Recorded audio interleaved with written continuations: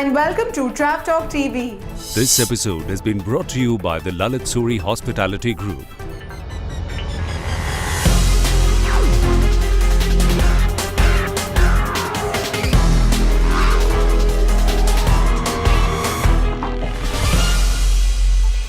News this week.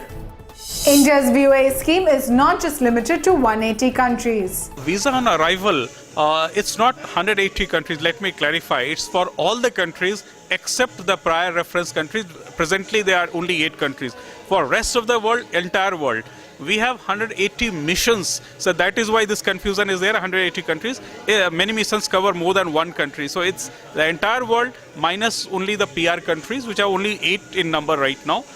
It will have a great impetus as IATO, the Indian Association of Tour Operators, say that the growth rate of tourist inflow will be not less than 25% per year. Industry leaders were honored with the National Tourism Awards. The National Tourism Awards were given away to the prosperous and successful members of the industry on February 18th at Vigyan Bhavan, New Delhi. Shashi Tharoor, Minister of State for Human Resource Development, was the chief guest at the function. RTE conducts a workshop discussing preparations for an international exhibition. India market's really important to us. For world travel market, it's exceptionally important, both from the visitors' perspective, the buyers' perspective, as well as participation from Indian-based product looking for international buyers. The global meetings incentive market is definitely coming into the India region.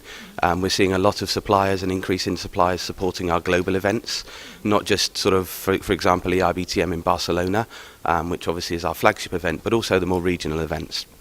So even our new events down in areas such as Latin America, in Africa, we're seeing a huge amount of Indian private sector trying to access those markets. And so, the market, as I say, both in terms of inbound and outbound, is very much growing. Air India's integration into Star Alliance will not be affected by FAA downgrading.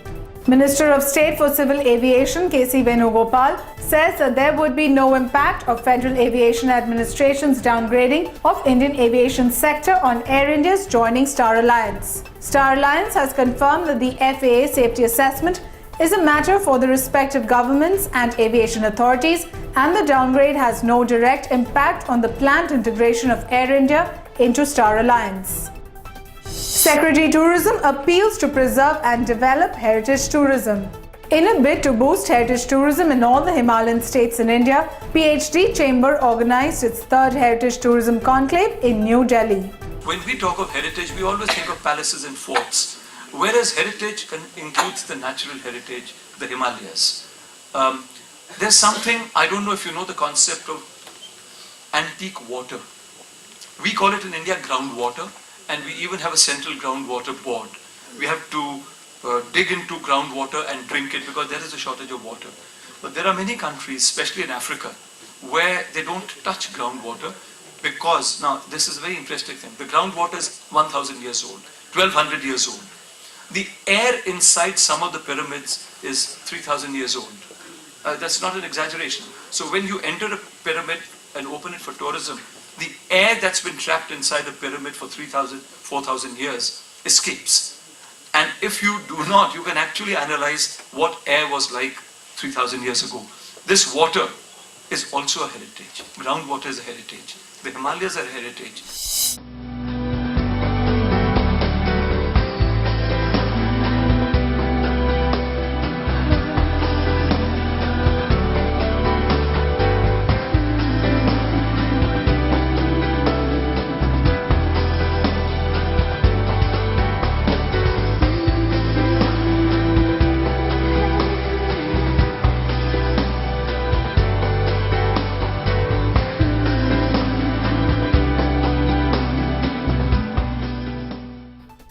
ASI unveils the first 360-degree online imagery of 30 heritage sites on Google Maps.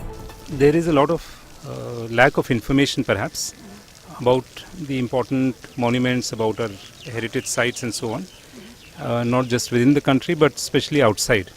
So we hope that with our major sites, our major archaeological sites and monuments being up on the net, And with the net being so common nowadays, a lot of people will be able to see that, and I'm sure that would generate a lot of interest and a desire to come and see it in person, because while seeing it on a virtual tour is quite okay, but then obviously it cannot replace a physical visit.